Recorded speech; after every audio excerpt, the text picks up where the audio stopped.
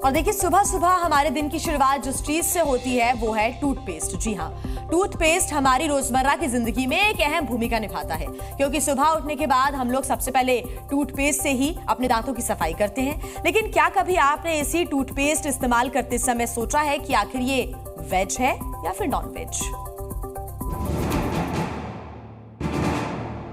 बाजार में दांत साफ करने के लिए कई तरह के और अलग अलग फ्लेवर के टूथपेस्ट मौजूद हैं।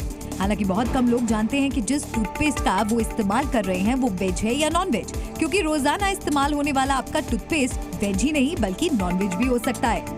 दरअसल टूथपेस्ट में एब्रेसिव्स, फ्लोराइड्स और ह्यूमेक्टेंट्स जैसे केमिकल्स का इस्तेमाल किया जाता है, जो हमारे दांतों से प्लाक को हटाने में मदद करते हैं। तो वहीं टूथपेस्ट में इस्तेमाल होने वाला फ्लोराइड दांतों के इनेमल को मजबूत बनाता है और कैविटी भी रोकता है। अलग अलग कंपनियां अपने प्रोडक्ट को लेकर अलग अलग दावे भी करती हैं। तो जीवित अगर किसी भी एनिमल से हमें कोई प्रोडक्ट मिल रहे हैं तो उन बाय प्रोडक्ट्स को बेसिकली वेजिटेरियन प्रोडक्ट कहा जाता है। अब ये मिनिस्ट्री ऑफ आयुष ने डिसाइड करना है कि कौन से वेजिटेरियन होंगे, कौन से नॉन वेजिटेरियन होंगे।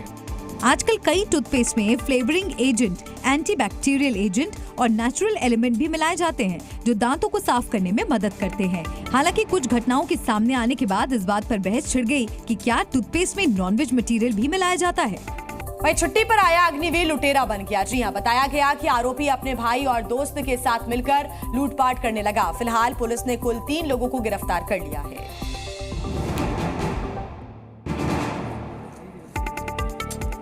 पंजाब के मोहाली से पुलिस ने लूटपाट करने वाले गिरोह के 3 सदस्यों को गिरफ्तार किया। लेकिन इस खबर में गौर करने वाली बात यह है कि 3 आरोपियों में एक अग्निवीर जवान भी शामिल है। जानकारी के मुताबिक इशप्रीत सिंह उर्फ ईशू साल 2022 में भारतीय सेना में अग्निवीर के तौर पर भर्ती हुआ था। वो 2 महीने की छुट्टी पर आया, लेकिन छुट्टी पूरी होने के बाद वो वापस नहीं लौटा और अपराध का रास्ता अपना लिया। आरोप है कि ज्यादा पैसे कमाने के चक्कर में वो गाड़ियों की लूटपाट करने लगा। इशमीत ही मास्टरमाइंड, एक 10th पास है, 2 +2 पास। वारदात को अंजाम देने के लिए यूज हुआ तो सामने नहीं है ये चीज, लेकिन या तो खुद के एक दो गाड़ियां खुद इस्तेमाल कर रहे थे, 1-2 गाड़ियां जो थी इन्होंने बेच दी। छुट्टी के दौरान ही आरोपी ने अपने भाई प्रभदीप सिंह और दोस्त बलकरण सिंह के साथ मिलकर हथियार जुटाए और लूटपाट शुरू कर दी। पुलिस के मुताबिक तीनों आरोपी हाल ही में हथियार दिखाकर एक कार लूटकर फरार हो गए थे। पुलिस ने तीनों आरोपियों को हथियार के साथ गिरफ्तार कर लिया। और बड़ी खबर आ रही है उत्तर प्रदेश के वाराणसी से, जहां लाखों की बड़ी चोरी का पर्दाफाश हुआ। लेकिन इस लूट की जांच के बाद जिस बात का खुलासा हुआ वो और भी चौंकाने वाला है।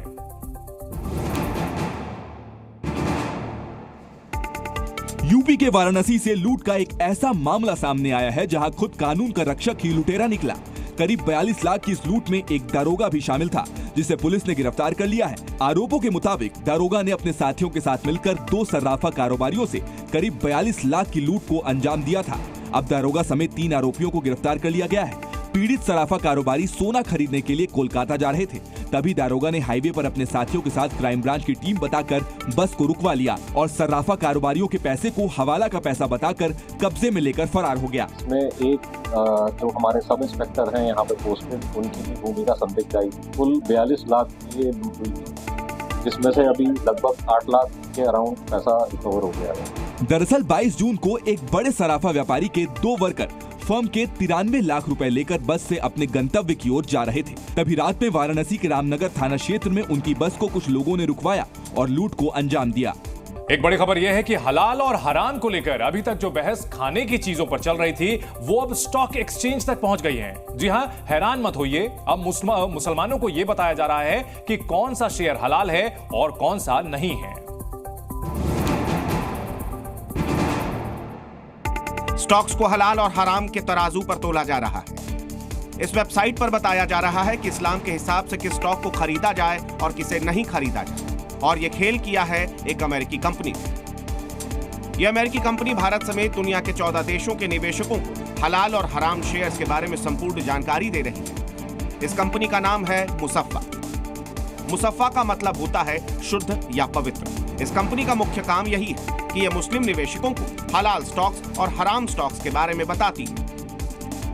यह पूरी दुनिया के स्टॉक मार्केट में डील करती है और मुस्लिमों को हलाल कंपनियों और हराम कंपनियों के बारे में जानकारी देती है। इसे आप शेयर मार्केट में खास कंपनियों के लिए फील्डिंग सेट करना भी कह सकते हैं। यह वेबसाइट कितने बड़े लेवल पर खेल रही है, अब वो देखिए। जरा ये तो देखिए कि यह वेबसाइट किन किन देशों के स्टॉक मार्केट्स को हलाल और हराम के हिसाब से बांट रही है।